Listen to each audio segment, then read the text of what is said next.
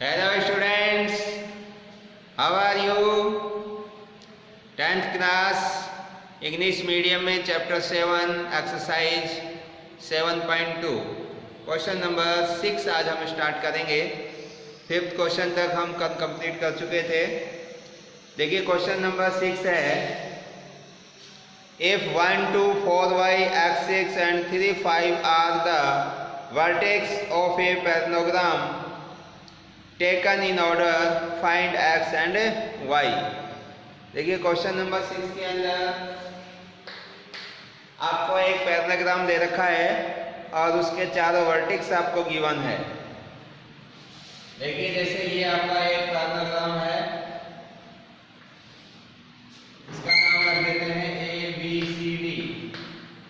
ये इसके वर्टेक्स हैं और इनके कोऑर्डिनेट दे रखे हैं 1, 2, 4y,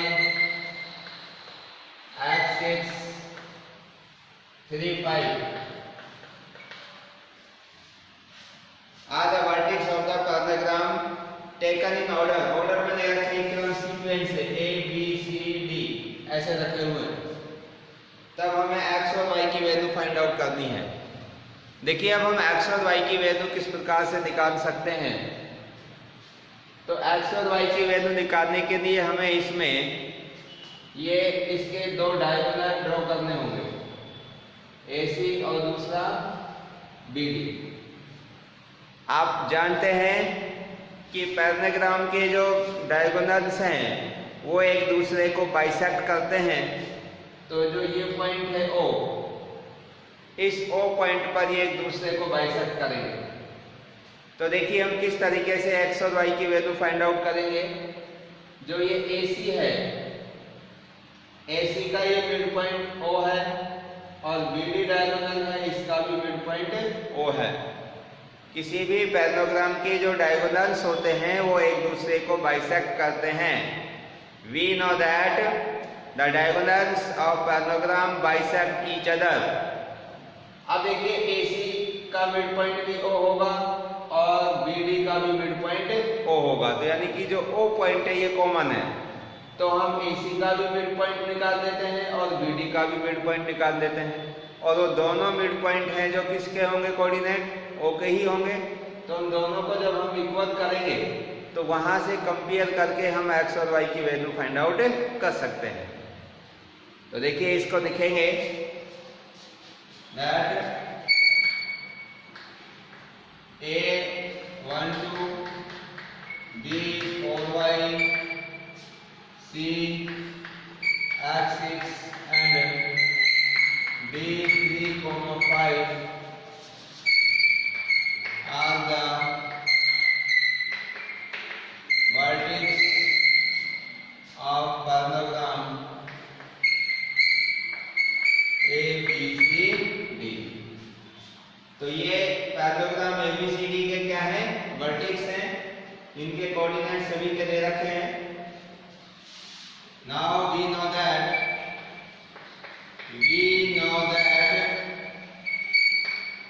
the diagonals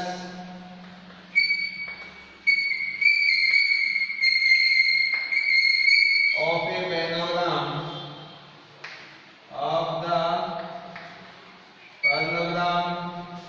bisect each other।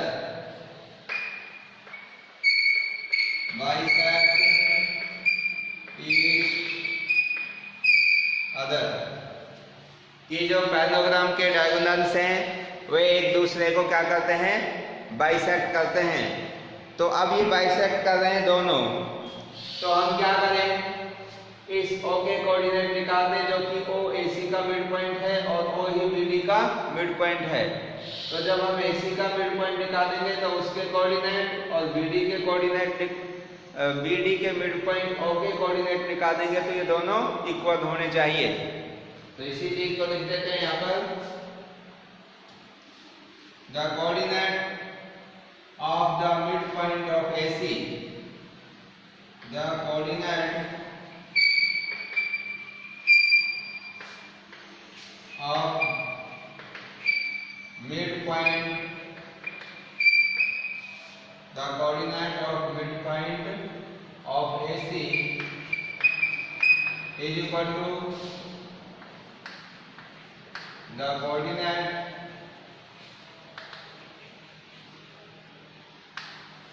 of the midpoint of BD।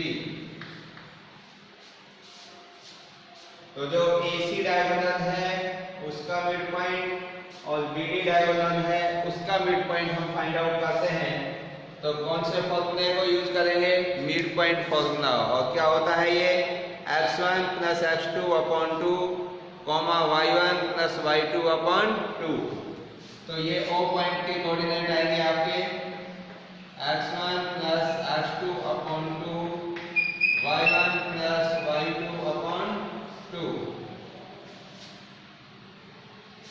इसी प्रकार से इसके आ जाएंगे O के भी यही होंगे सेम आपके, तो x1 + x2 upon 2 y1 + y2 upon 2। ये इनके फॉर्मूले हैं। अब देखिए यहाँ पे x1 x2, अब ये जो x1 x2 है AC के लिए है, भाई x1 x2 ये तो हो गया x1 ये y1, ये x2 ये y2, ये तो AC के लिए है, और ये BD के लिए है x1 x2 और y1 y2, ये x1 ये x2 ये y1 और y2। अब रख देते हैं वैल्यू के अंदर। देखिए चाहो तो आप इनको चेंज भी कर सकते हैं, h'1 h'2, या फिर आपको बताइए कि ये जो कोऑर्डिनेट है ये BD डायगोनल के लिए है और ये कोऑर्डिनेट है वो AC डायगोनल के लिए है। तो मैं रख रहा हूँ इसमें वैल्यू आपकी x1 कितना होगा AC के लिए 1, h2 कितना होगा x upon 2 y1 2 y2 6 upon 2 is equal to x1 BD के लिए 4 h2 3 अपॉन 2 y1 + y2 5, यह है आपका y + 5 अपॉन 2। अब देखो ये दोनों जो कोऑर्डिनेट हैं ये ओके ही हैं और इक्वल है, तो हम इनको कंपेयर कर सकते हैं कि x कोऑर्डिनेट इसके x कोऑर्डिनेट के इक्वल होगा, y कोऑर्डिनेट y के इक्वल होगा। देखिए भाई, तो इसको सॉल्व करेंगे 1 + h अपॉन 2 2 + 6 8 को 2 से डिवाइड करेंगे तो 4 इज इक्वल टू 4 + 3 7 अपॉन 2, इधर y + 5 अपॉन 2। अब इसका ये x कोऑर्डिनेट और इस पॉइंट का भी x कोऑर्डिनेट दोनों इक्वल है ये, तो कंपेयर कर देंगे आप 1 + x upon 2 is equal to 7 upon 2। अब इससे यहाँ से 2 से 2 कैंसिल, और यहाँ से 1 + x इज इक्वल टू 7 और x is equal to 7 - 1 equal to 6। तो x की वैल्यू कितनी आ गई भाई 6 आ गई। इसी प्रकार से ये वाली इसके इक्वल होगा। Similarly 4 is equal to y + 5 upon 2, इसके नीचे हम मानकर क्रॉस मल्टीप्लाई कर देते हैं, तो y + 5 इज इक्वल टू 8 और y is equal to 8 - 5 is equal to 3, therefore y is equal to 3। तो ये हमारी x और y की वैल्यू कंप्लीट आ चुकी हैं। तो इस प्रकार से हम इस क्वेश्चन को कंप्लीट सॉल्व कर सकते हैं। अब देखिए भाई question number 7, find the coordinate of a point A where AB is the diameter of a circle whose center is 2 - 3 and B is 1 4। Question number 7।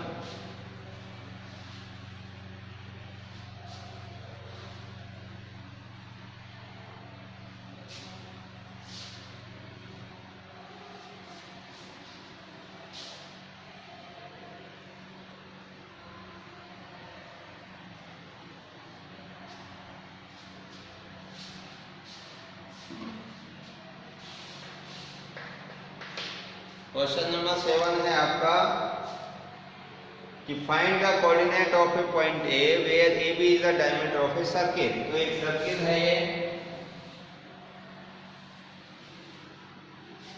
और ये इसका एक डायमीटर है ए बी।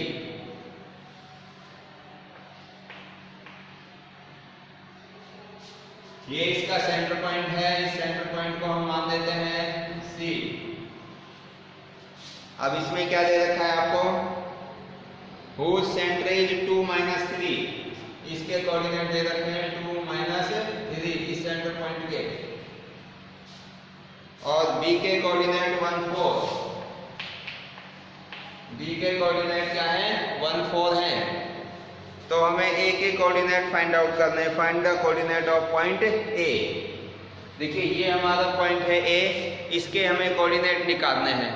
तो ए पॉइंट के कोऑर्डिनेट फाइंड आउट करने के लिए हमें जो कोऑर्डिनेट होते हैं एक्चुअली एक्स और वाई की वैल्यू, एक्स और वाई की वैल्यू फाइंड करनी है। तो हम इस ए पॉइंट के कोऑर्डिनेट एक्स और वाई मान लेते हैं कि माना जो x के कोऑर्डिनेट है that the coordinate of point A B x comma y. अब देखो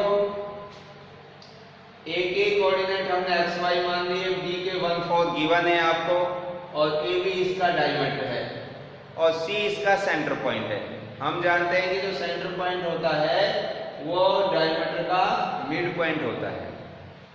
क्लियर है कि नहीं ये बात, ये कि जो सेंटर पॉइंट है वो डायमीटर का मिड पॉइंट है। तो ये जो ए बी आपका लाइन सेगमेंट है, इससे हम इस मिड पॉइंट सी के कोऑर्डिनेट फाइंड आउट कर लेते हैं, और वो सी के जो कोऑर्डिनेट आएंगे उनको 2 - 3 के साथ कंपेयर कर देते हैं, क्योंकि सी के कोऑर्डिनेट ऑलरेडी 2 - 3 दे रखे हैं। और हम मिड पॉइंट फॉर्मूला यूज करके और इस सी पॉइंट के कोऑर्डिनेट निकाल लेते हैं, एक्स वाई की फॉर्म में आएंगे, और उनको जब आप इसके इक्वल में करेंगे तो वहां से एक्स और वाई की वैल्यू फाइंड आउट हो जाएगी।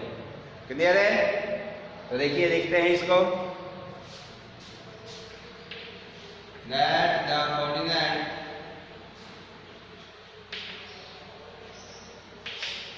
of the point A x comma y, that the coordinate of the point A x comma y, the coordinate of the point A x comma y। अब हमने इस point A के coordinate assume कर दिए और A भी आपका diameter है। AB is a diameter of the circle। AB है जो इस सर्किल का क्या है diameter, and C is the center point, and C is the center point।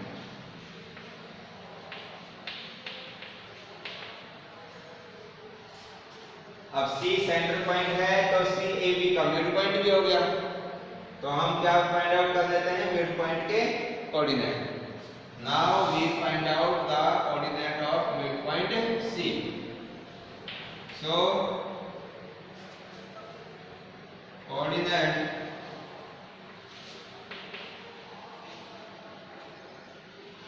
Of midpoint, coordinate of midpoint C, coordinate of midpoint C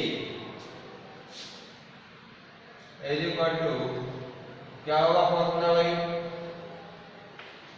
x1 plus x2 upon 2 y1 plus y2 upon 2। तो ये C point के क्या हो गए coordinate हो गए। ये कौन सा फॉर्मूला यूज किया हमने मिड पॉइंट फॉर्मूला। अब यहाँ पर ए बी के कोऑर्डिनेट मतलब ए है फर्स्ट नंबर पर है, बी सेकंड नंबर पर है, तो ये x1 ये y1 ये x2 और ये y2 ये वैल्यू पुट कर देंगे इसके अंदर। तो क्या होंगे x1 की जगह x, x2 की जगह 1 ये x1 ये y1 x2 ये y2 तो x plus 1 upon 2 y1 y और y2 4 upon 2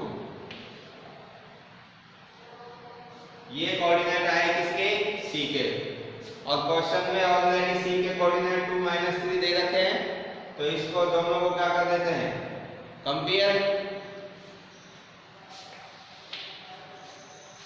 now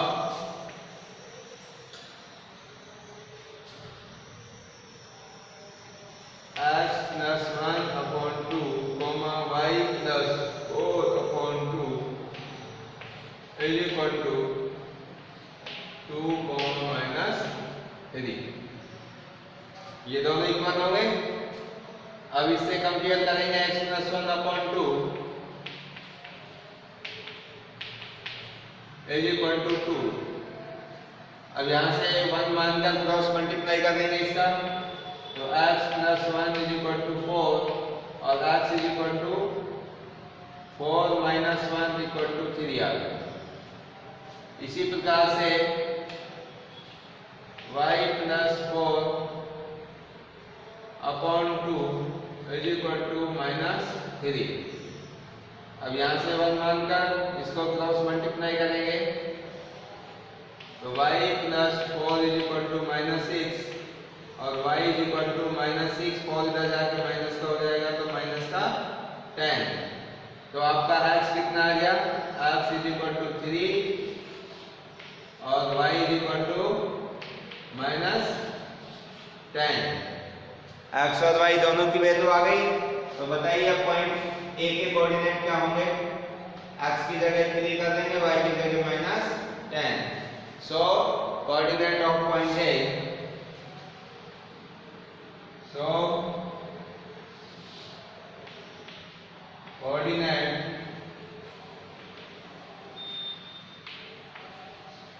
of point A B 3, minus 10 तो 3, -10 इस पॉइंट A के क्या होंगे भाई कोऑर्डिनेट होंगे क्लियर। आइए अब क्वेश्चन नंबर नेक्स्ट स्टार्ट करते हैं। क्वेश्चन नंबर है आपका 8।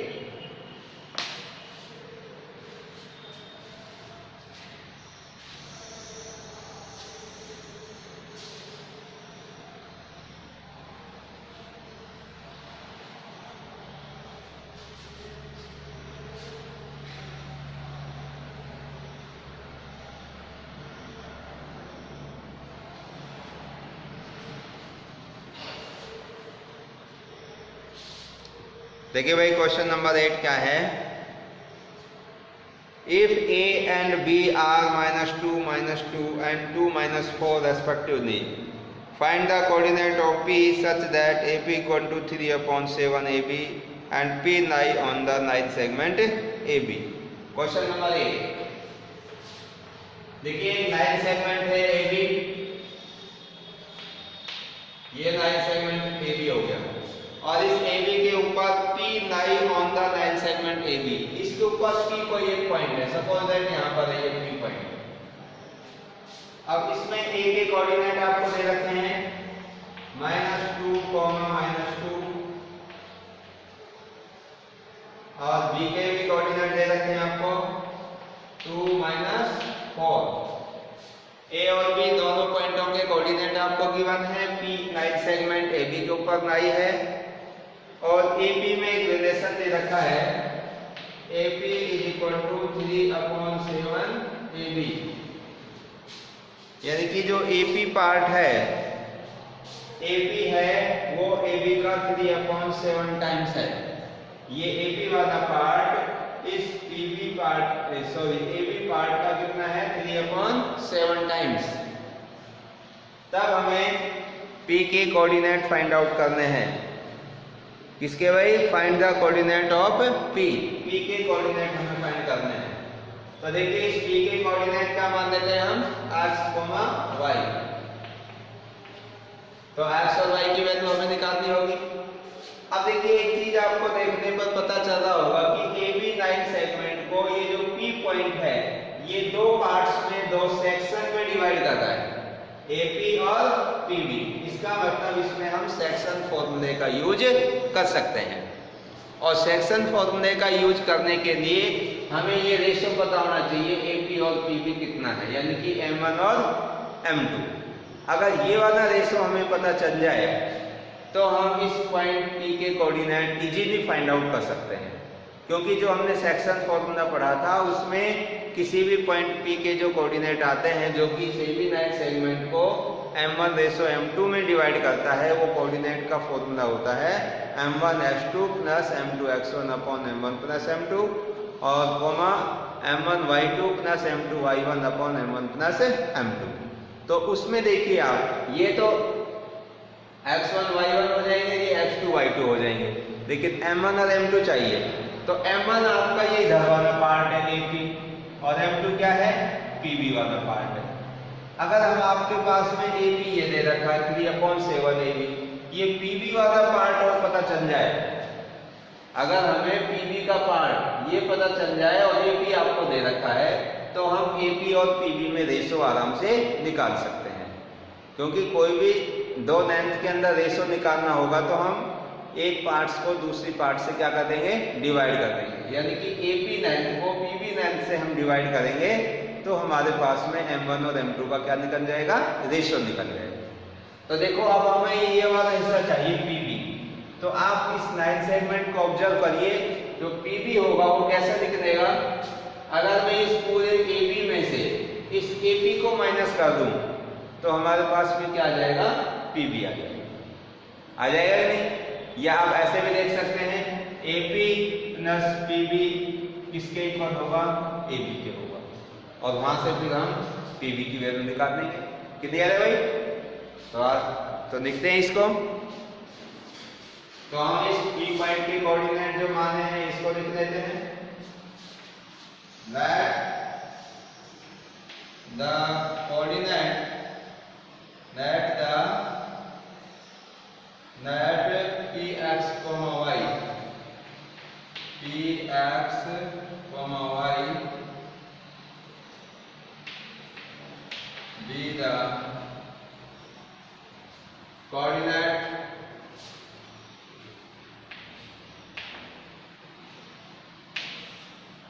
that px, y be the coordinate of point P।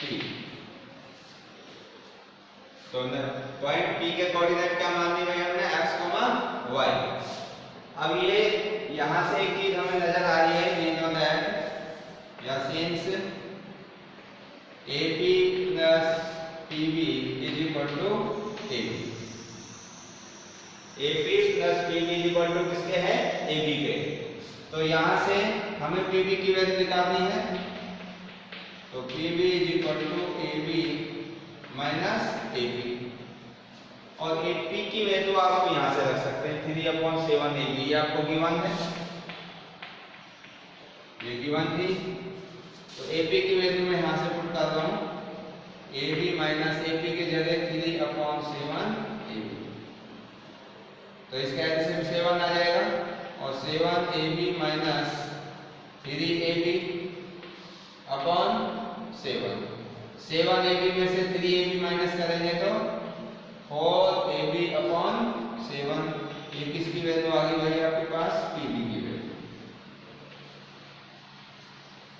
ये आपके पास PB आ गया।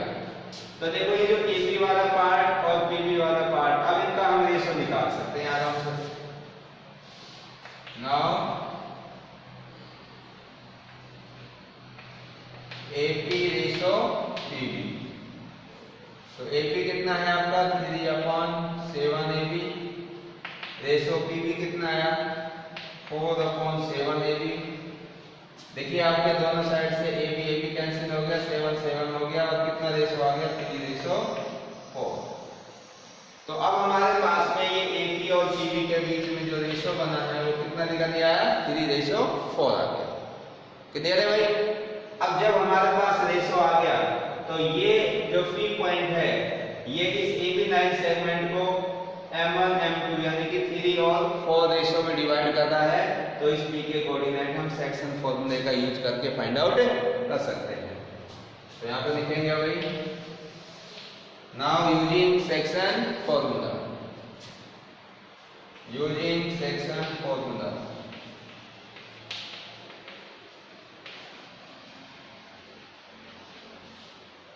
अब सेक्शन फॉर्मूले में आपने देखा है तो क्या होंगे पॉइंट P के कोऑर्डिनेट? P के कोऑर्डिनेट आप जानते हैं m1 f2 plus m2 x1 upon m1 plus m2, comma m1 y2 plus m2 y1 upon m1 plus m2। ये पॉइंट P के क्या हो गए? कोऑर्डिनेट हो गए। अब इसमें वैल्यू पुट कर देता हूं मैं, तो देखिए वैल्यू पुट करेंगे तो P के क्या होंगे? m1 h2 m1 कितना है आपका 3, ये m2 4 है, ये x1 ये y1, x2 ये y2, तो m1 हो जाएगा आपका 3 इंटू x2, x2 कितना है 2 plus m1 x2 plus m2 x1 m2 4 और x1 कितना है माइनस का 2 upon m1 plus m2 3 plus 4। Clear? अब रखेंगे m1 y2, m1 कितना है आपका 3 और y2 कितना है minus 4 plus m2 y1, m2 कितना है 4 और y1 कितना है माइनस का 2 अपॉन 3 प्लस 4। अब इसको सॉल्व कर देंगे, 3 2 जा 6 माइनस 8 अपॉन 7, इधर माइनस 12 माइनस 8 अपॉन 7, तो p इंटू इसमें से माइनस 2 अपॉन 7 और माइनस का 20 अपॉन 7। तो ये इस पॉइंट P के क्या आ गए हमारे पास कोऑर्डिनेट आ गए। क्लियर है भाई? तो इस प्रकार से हम किसी भी पॉइंट के कोऑर्डिनेट फाइंड कर सकते हैं जो कि नाइट सेगमेंट AB को m1:m2 में क्या कर रहा हो? डिवाइड कर रहा हो।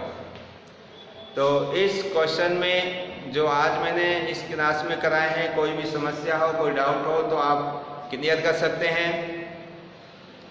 तो नेक्स्ट क्लास में हम यहाँ से आगे के क्वेश्चन सॉल्व करेंगे। So thank you and thank you very much.